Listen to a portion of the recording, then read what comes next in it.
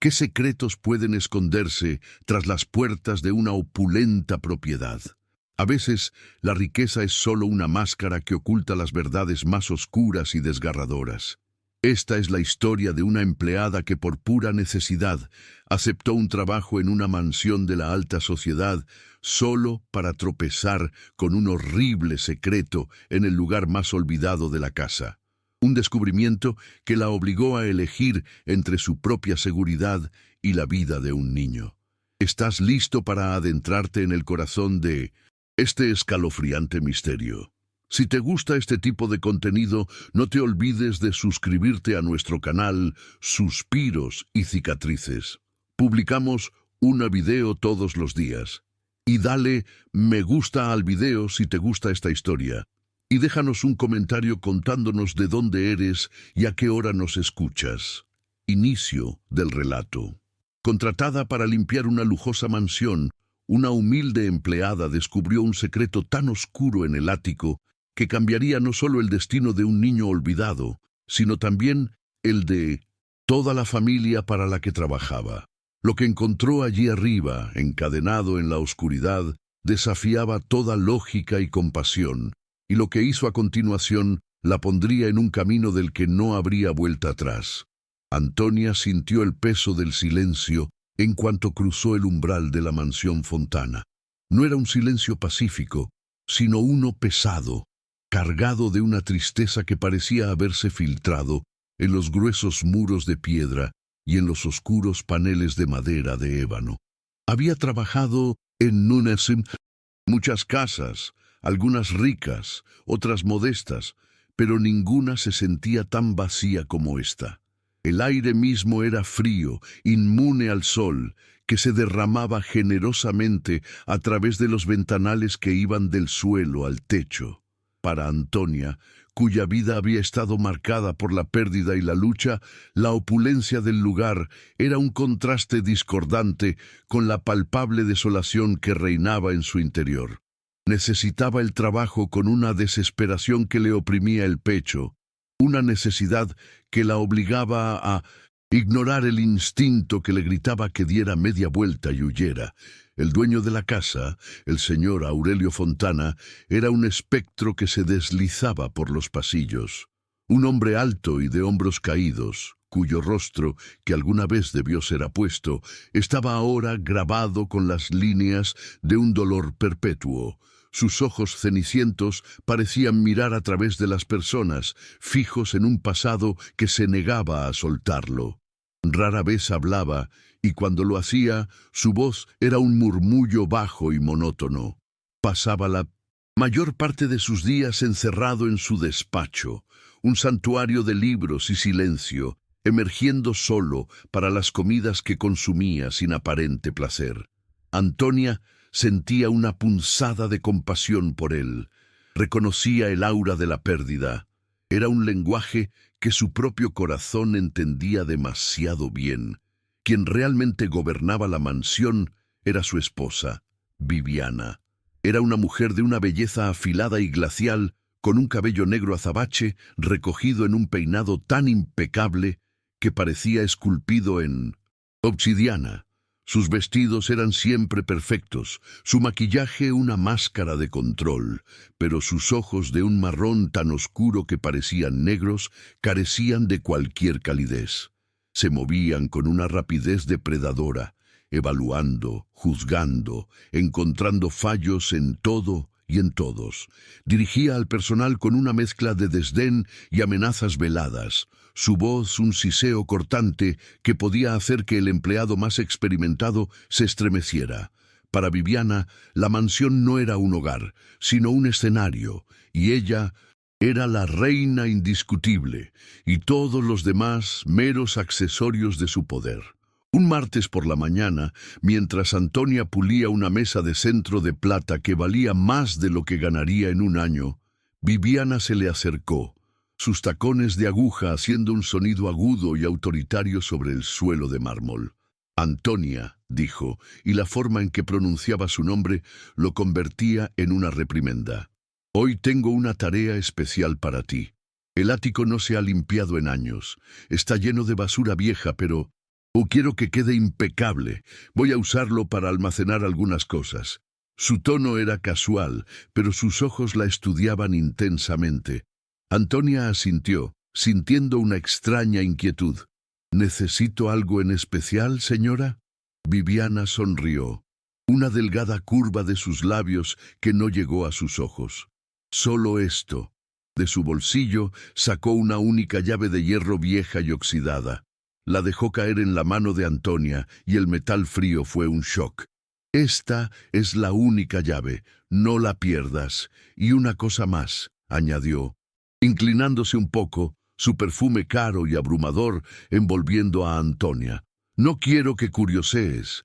Limpia lo que tengas que limpiar y sal de allí. ¿Entendido? Sí, señora, entendido, respondió Antonia, su voz más firme de lo que se sentía. La orden era extraña, el tono de Viviana, su insistencia, la advertencia, todo se sentía fuera de lugar. Era como si la estuviera poniendo a prueba, pero el propósito de la prueba se le escapaba. Con el corazón latiéndole un poco más rápido de lo normal, Antonia subió la gran escalera, luego una escalera de servicio más estrecha, hasta llegar a una pequeña puerta de madera al final de un pasillo oscuro en el tercer piso. El ático. La llave giró en la cerradura con un chirrido quejumbroso, como si protestara por ser molestada después de un largo sueño.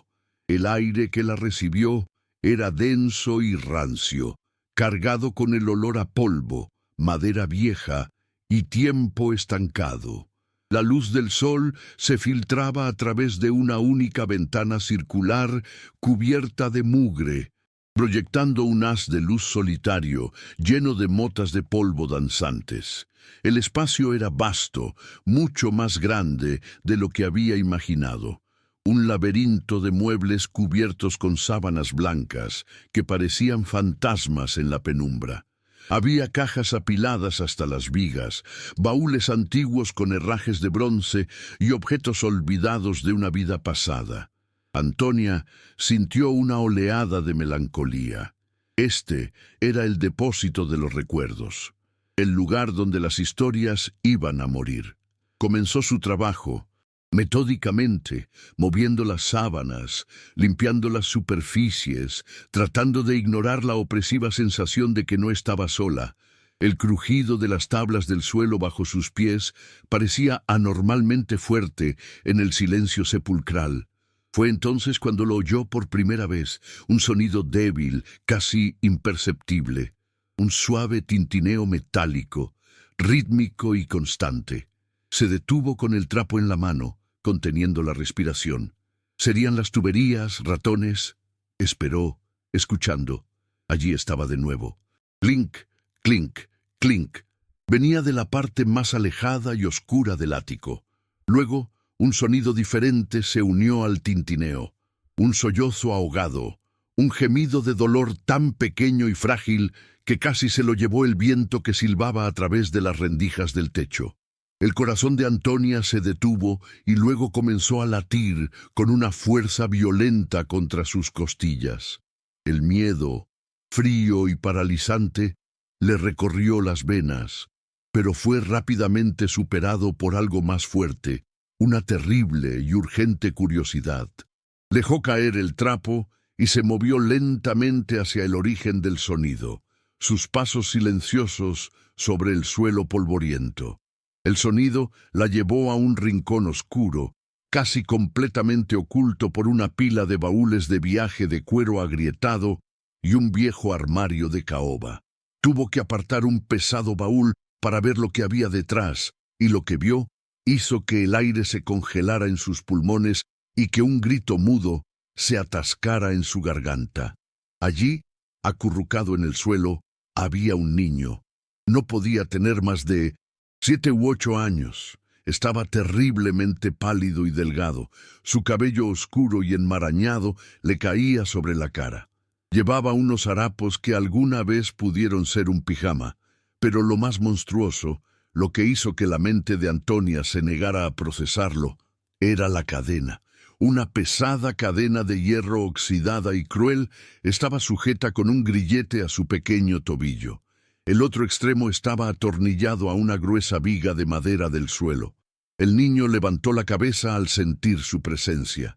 Sus ojos eran enormes en su rostro demacrado, de un azul tan profundo y oscuro como el océano en una noche sin luna. Estaban llenos de un terror tan absoluto que a Antonia se le rompió el corazón en 1000 pedazos. El niño se encogió tratando de hacerse más pequeño, de desaparecer entre las sombras, y el movimiento hizo que la cadena tintineara de nuevo. El sonido ahora era una tortura para los oídos de Antonia. El horror la dejó paralizada por un instante. ¿Quién podría hacerle esto a un niño en esta casa? La imagen de la sonrisa fría y calculadora de Viviana apareció en su mente. La advertencia. No quiero que curiosees. Ahora entendía. No era una prueba, era una amenaza. Luchando por controlar el temblor de sus manos, Antonia dio un paso lento hacia él, manteniendo las palmas de las manos abiertas y visibles. «Hola», susurró. Su voz apenas un hilo de aire. «No te voy a hacer daño». El niño se estremeció violentamente, arrastrándose hacia atrás tanto como la cadena se lo permitía, con los ojos fijos en ella, desbordados de pánico. Cerca de él, en el suelo, Antonia vio un cuenco de metal con un trozo de pan duro y un segundo cuenco con agua turbia. La indignación ardió en su pecho como un fuego furioso, quemando el miedo. Esto no era un castigo, era una tortura sistemática, una crueldad calculada.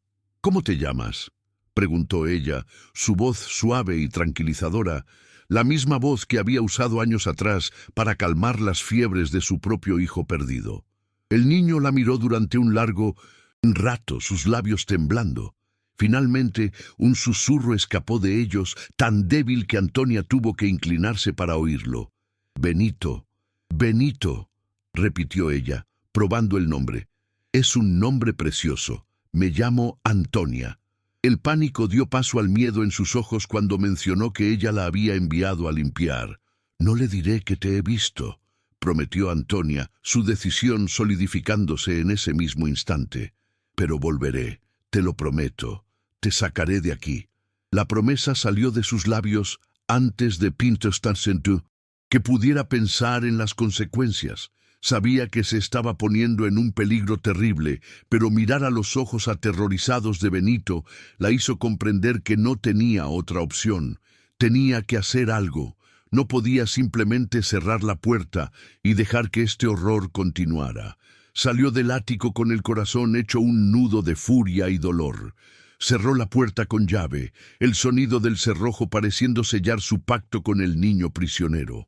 Cuando le devolvió la llave a Viviana, se esforzó por mantener su rostro impasible, pero sentía que la verdad debía estar escrita en sus ojos. Viviana la miró con una intensidad penetrante. «¿Todo en orden?», preguntó, su voz con un matiz de desafío. «Sí, señora, todo limpio», mintió Antonia, su propia voz sonando extraña y distante a sus oídos. Sabía que acababa de entrar en un juego mortal del que no podía predecir el final. Esa noche, Antonia no pudo dormir. La imagen del rostro pálido de Benito y el sonido de su cadena la atormentaban. No podía ir a la policía. ¿Qué les diría? ¿Que la nueva empleada de la casa más influyente de la ciudad acusaba a la esposa del magnate de tener a un niño encadenado en el ático? Se reirían de ella, la despedirían y Viviana se aseguraría de que nunca volviera a trabajar. Y peor aún, ¿qué le pasaría a Benito si Viviana descubría que su secreto había sido revelado? El pensamiento la aterrorizaba. Necesitaba ayuda, necesitaba a alguien de dentro. Al día siguiente buscó a Gloria, la cocinera. Gloria era una mujer robusta y de rostro amable que había trabajado para la familia Fontana durante más de 30 años. Había conocido a la primera esposa del señor Aurelio, Diana, y su lealtad hacia ella era una leyenda entre el personal. Antonia la encontró en la cocina amasando pan con movimientos firmes y familiares. Esperó a que estuvieran solas y con voz temblorosa le contó lo que había visto. El rostro de Gloria palideció mientras Antonia hablaba. Dejó de amasar. Sus manos cubiertas de harina se quedaron quietas sobre la masa. Cuando Antonia terminó, Gloria se santiguó, sus ojos llenos de una mezcla de horror y una extraña, sombría confirmación. Siempre lo supe, susurró. Sabía que esa mujer era el mal en persona. ¿Qué quieres decir, Gloria? ¿Quién es ese niño?, suplicó Antonia. Gloria la llevó a su pequeño cuarto junto a la despensa y cerró la puerta. El señor Aurelio y su primera esposa, la señora Diana, tuvieron un hijo, comenzó a explicar en voz baja. Un niño precioso. Se llamaba Benito. Hace unos 7 años, la señora Diana decidió llevarse al niño a visitar a su hermana en el pueblo de San Cristóbal. Hubo un terrible accidente de coche, un deslizamiento de tierra. La policía dijo que el vehículo marca Guepardo cayó por un barranco y se incendió. Nunca encontraron los cuerpos, solo restos irreconocibles. El señor Aurelio quedó destrozado, se convirtió en el hombre que ves ahora. ¿Y Viviana?, preguntó Antonia, aunque ya intuía la respuesta. Viviana era la hermana del socio de negocios del señor Aurelio. Siempre había estado cerca, obsesionada con él, decían algunos. Poco después del accidente empezó a consolar al señor Aurelio. 6 meses después se casaron. Se deshizo de todo lo que pertenecía a la señora Diana. Fotos, ropa, todo. Dijo que era para ayudar al señor Aurelio a seguir adelante, pero yo siempre sentí que estaba borrando su existencia. La monstruosa verdad comenzó a tomar forma en la mente de Antonia. ¿Crees que el niño del ático es él, el hijo del señor Aurelio? No me atrevía ni a pensarlo, admitió Gloria con lágrimas en los ojos. Pero la crueldad de esa mujer no tiene límites. Decididas, las 2 mujeres se convirtieron en conspiradoras. Sabían que necesitaban pruebas irrefutables antes de poder hacer nada. Pruebas que pudieran romper el caparazón de dolor de Aurelio y exponer a Viviana por lo que era. Su búsqueda comenzó en el único lugar que Viviana no había purgado por completo, la antigua biblioteca de la señora Diana, que ahora se usaba como almacén. Mientras Antonia distraía a Viviana con preguntas sobre la limpieza del invernadero, Gloria se escabulló a la biblioteca. Rebuscando en el fondo de un viejo escritorio, encontró lo que buscaban, un álbum de fotos de cuero que se había pasado por alto. Más tarde, en la seguridad del cuarto de Gloria, abrieron el álbum. Las páginas estaban llenas de imágenes de una mujer joven y radiante de felicidad, con el cabello rubio y una sonrisa que iluminaba la página. Era Diana, y en sus brazos o jugando a sus pies había un bebé y luego un niño pequeño. A medida que pasaban las páginas, el corazón de Antonia se aceleraba. Los ojos del niño eran los mismos ojos azules y profundos del niño del ático. Y entonces lo vio. En una foto de su primer cumpleaños, el niño extendía la mano para un trozo de pastel. En su pequeña muñeca, justo debajo del pulgar, había una marca de nacimiento distintiva con la forma de una pequeña media luna. «Tengo que volver a subir», dijo Antonia, su voz firme. «Tengo que comprobarlo». Mientras tanto, Viviana se había vuelto cada vez más suspicaz. Notaba las miradas furtivas entre Antonia y Gloria, los susurros que se detenían en cuanto ella entraba en una habitación. Empezó a seguir a Antonia, a aparecer de repente cuando estaba limpiando, a hacerle preguntas capciosas. Un día, mientras Antonia bajaba las escaleras con un cubo de agua, Viviana salió de la nada, accidentalmente. Antonia tropezó, derramando el agua y cayendo de rodillas con un dolor agudo en la muñeca. «Ten más cuidado, querida», dijo Viviana con una sonrisa gélida, sin ofrecer ayuda. «¿No querrías tener un accidente? Esta casa es tan grande. Una podría perderse o hacerse daño si no se anda con cuidado y se mete donde no le llaman». La amenaza era inconfundible. Antonia supo que el tiempo se estaba acabando. Aprovechando una tarde en la que Viviana había salido a una de sus muchas comidas benéficas, Antonia tomó la llave del ático del cajón del escritorio de Viviana, donde sabía que la guardaba. Con el corazón en la garganta, subió corriendo las escaleras. Muchas gracias por escuchar hasta aquí. Si te gusta este tipo de contenido, no te olvides de suscribirte a nuestro canal Suspiros y Cicatrices.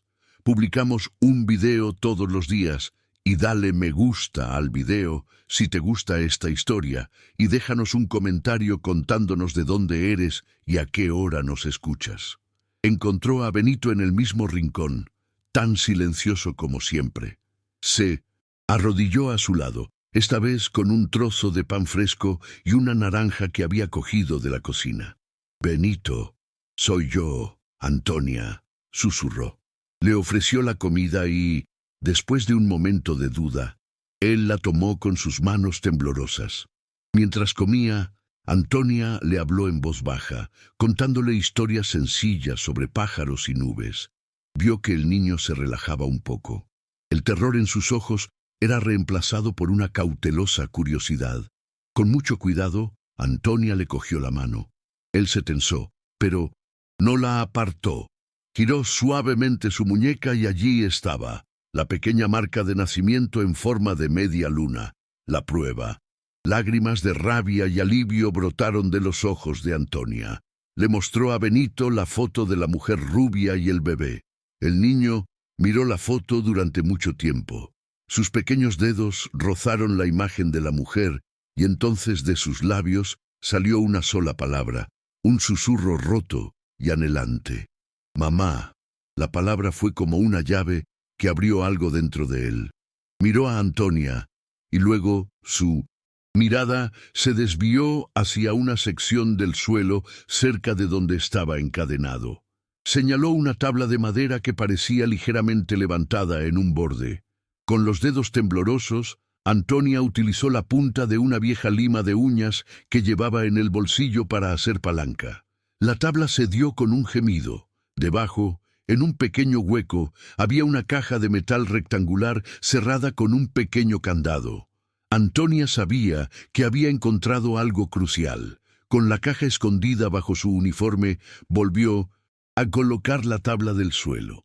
Le prometió a Benito que volvería muy pronto y salió del ático, volviendo a dejar la llave justo a tiempo antes de que Viviana regresara. Más tarde, en la cocina, Gloria usó un viejo martillo y un destornillador para forzar el candado. La caja se abrió con un chasquido. Dentro, sobre un lecho de terciopelo descolorido, había un fajo de cartas atadas con una cinta de seda y una pequeña joya, un medallón de oro. Antonia abrió el medallón. En un lado había una diminuta foto de Diana y en el otro de Benito de bebé. Pero fueron las cartas las que contenían la verdad definitiva. Estaban escritas con la elegante caligrafía de Diana, y la última estaba dirigida a Aurelio.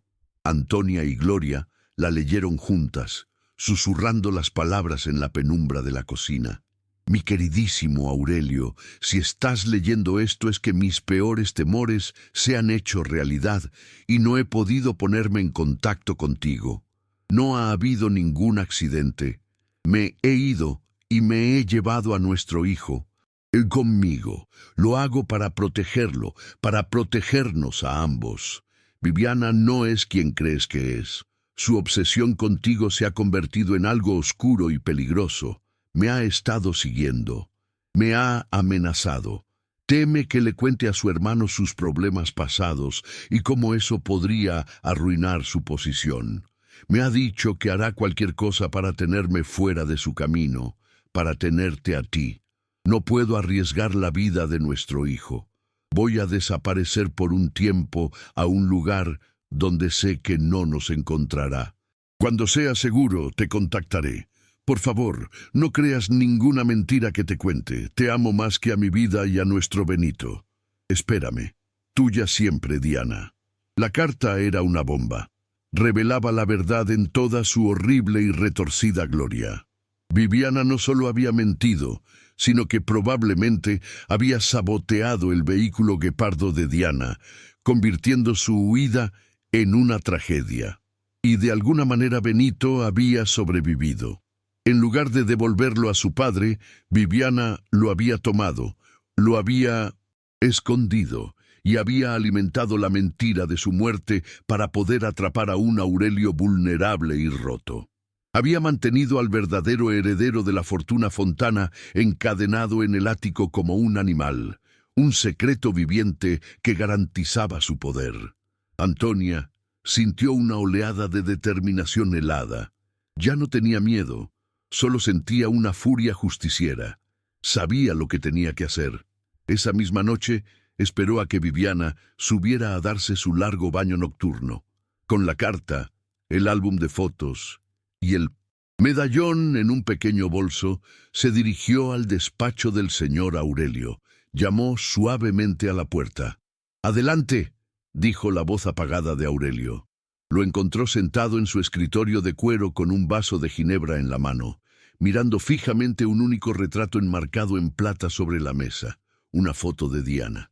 «Señor Fontana», comenzó Antonia, su voz temblando a pesar de su resolución. «Perdone que le moleste, pero hay algo que debe saber, algo de vital importancia». Aurelio levantó la vista, sus ojos nublados por el dolor y el alcohol. «¿Qué es? Si es sobre el trabajo, hable con la señora Fontana». «No, señor, es sobre su primera esposa y sobre su hijo Benito». El nombre de su hijo pareció atravesar la niebla de su dolor. Se enderezó, su atención finalmente captada. «¿Qué sabe usted de mi hijo?». Con el corazón latiéndole con fuerza, Antonia colocó el álbum de fotos abierto en la página de la marca de nacimiento. Luego puso el medallón junto a él y finalmente le entregó la carta. Su esposa se la escribió. «Señor, creo que necesita leerla». Aurelio la miró con incredulidad, luego a los objetos sobre su escritorio. Una furia inicial cruzó su rostro. «¿Qué es esto? ¿Un juego cruel? ¿Quién la ha enviado a atormentarme?» «Nadie, señor. Por favor, solo léala», imploró Antonia. Con manos temblorosas, Aurelio tomó la carta. Mientras leía, su rostro pasó por una tormenta de emociones. La incredulidad dio paso a la confusión, luego al horror y finalmente a una comprensión devastadora. El color desapareció de su rostro. Dejó caer la carta sobre el escritorio como si le quemara los dedos. Miró a Antonia, sus ojos ahora completamente claros y llenos de una agonía que ella nunca había visto. «Mi hijo», susurró la palabra ahogada. «¿Está diciendo que mi hijo está vivo?» «Está aquí, señor, en esta casa, en el ático», dijo Antonia en voz baja. Justo en ese momento, la puerta del despacho se abrió de golpe. Viviana estaba allí, envuelta en una bata de seda con el rostro contraído por la furia. «¿Qué significa esto? ¿Cómo te atreves a molestar a mi marido, sucia?» Se detuvo en seco al ver los objetos sobre el escritorio. Su máscara de compostura se resquebrajó, revelando una fugaz expresión de pánico. Aurelio se levantó lentamente, su alta figura pareciendo llenar la habitación. Se había transformado. El hombre pasivo y afligido había desaparecido, reemplazado por un león herido y furioso. Sostuvo la carta de Diana. «Viviana», dijo su voz peligrosamente. «Tranquila, ¿qué le hiciste a mi familia?» «No sé de qué estás hablando», chilló ella, su voz subiendo una octava. «Esa criada está loca, está inventando mentiras para sacarnos dinero. Es una mentira». «Mentira, Viviana. La letra de mi esposa es una mentira. La marca de nacimiento de mi hijo es una mentira».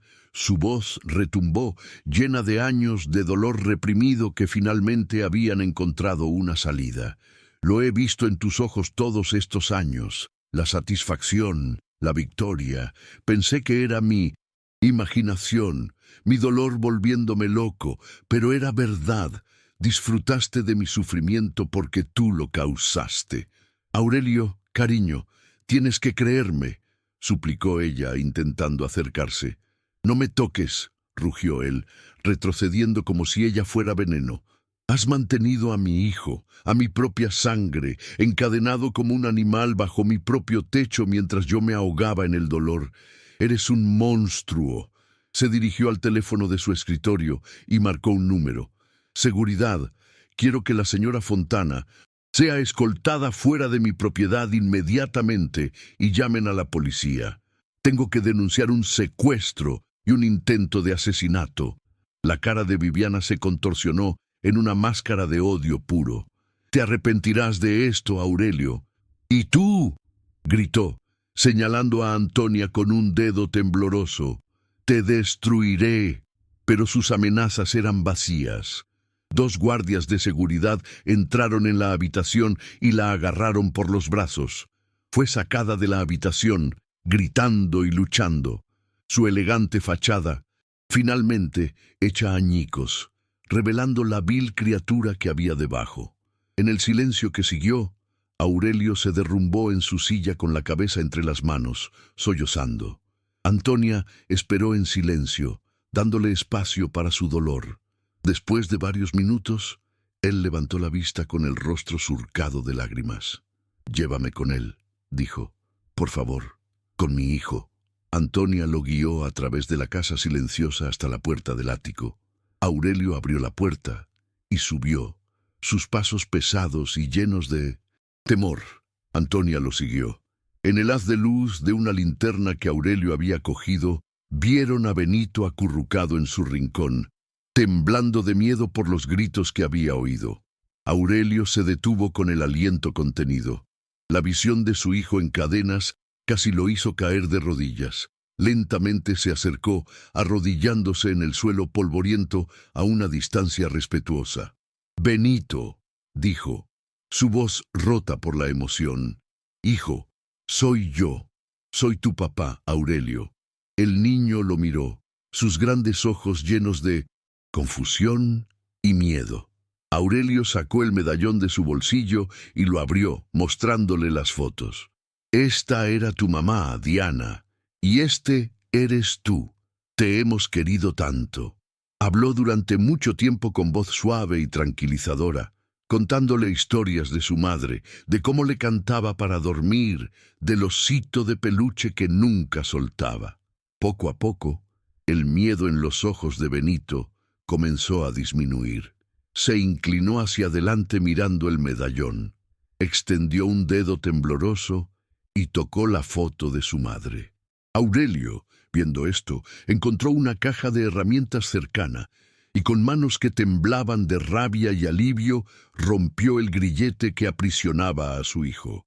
El sonido del metal al romperse fue el más dulce que jamás había oído. En los días y semanas que siguieron, la mansión Fontana experimentó una transformación. El silencio opresivo fue reemplazado por los sonidos de la curación. Benito fue examinado por médicos y psicólogos. Estaba desnutrido y profundamente traumatizado, pero era resistente. El amor incondicional de su padre fue el mejor de los medicamentos. Aurelio dedicó cada momento a su hijo, redescubriendo al padre que había pensado que estaba muerto y enterrado. Aurelio le pidió a Antonia que se quedara, no como empleada, sino como algo mucho más importante. «Usted le devolvió la vida a mi hijo, me devolvió la vida a mí», le dijo con una gratitud que iba más allá de las palabras. «Benito confía en usted. Por favor, quédese como su institutriz, su cuidadora, como parte de nuestra familia». Le ofreció un salario generoso, una suite de habitaciones en el ala oeste y, lo más importante, un lugar al que pertenecer. Antonia, cuyo corazón había estado vacío durante tanto tiempo, aceptó. En Benito encontró un propósito y un amor que creía haber perdido para siempre. Fiel a su palabra, Aurelio se aseguró de que Viviana se enfrentara a la justicia. Con las pruebas y el testimonio de Benito, fue condenada por secuestro y otros cargos, sentenciada a pasar el resto de su vida en 1900 en prisión. Aurelio también creó la Fundación Diana Fontana, una organización benéfica dedicada a rescatar y ayudar a niños maltratados, nombrando a Antonia como miembro honorario de la junta directiva. Un año después, el sol de la tarde bañaba el jardín trasero de la mansión. Las risas resonaban en el aire. Benito, que ahora tenía 9 años, corría por el césped persiguiendo una pelota con un grupo de amigos de su nuevo colegio. Ya no era un niño pálido y asustado, sino un niño lleno de vida y energía, aunque las cicatrices de su pasado a veces todavía aparecían en la quietud de la noche. Aurelio y Antonia observaban desde la terraza, sentados a una mesa con Gloria, que les servía té frío. La sonrisa en el rostro de Aurelio era genuina, una que llegaba a sus ojos y borraba años de dolor. Miró a Antonia, cuyo rostro estaba iluminado por la alegría mientras animaba a Benito. «Estaba tan ciego», dijo Aurelio en voz baja, «más para sí mismo que para los demás. Tenía toda esta riqueza, este poder, pero me permití vivir en una tumba, construí muros a mi alrededor y dejé que un monstruo entrara. Fue usted, Antonia, una mujer con un corazón amable y un valor inmenso, quien derribó esos muros». Antonia sonrió. «Solo hice lo que era correcto, señor». «Hiciste mucho más que eso», respondió él. «Nos salvaste». En ese momento, Benito corrió hacia ellos con la cara sonrojada y el cabello revuelto. Abrazó a su padre y luego se volvió hacia Antonia y la abrazó con fuerza. «Te quiero». «Antonia», dijo. «Y yo a ti, cariño», respondió ella, sintiendo que su corazón se llenaba por completo. Mirando a esa nueva familia, forjada no por la sangre, sino por la tragedia, la valentía y el amor, Antonia comprendió la profunda verdad que había aprendido. La verdadera riqueza no se encontraba en mansiones opulentas ni en cuentas bancarias, sino en la bondad que uno elige mostrar, en el coraje para enfrentarse a la oscuridad y en la luz que un solo acto de compasión puede traer al mundo. La humilde empleada no solo había limpiado una casa, había purificado un alma y reconstruido un hogar, demostrando que a veces los milagros más grandes vienen en los paquetes más inesperados.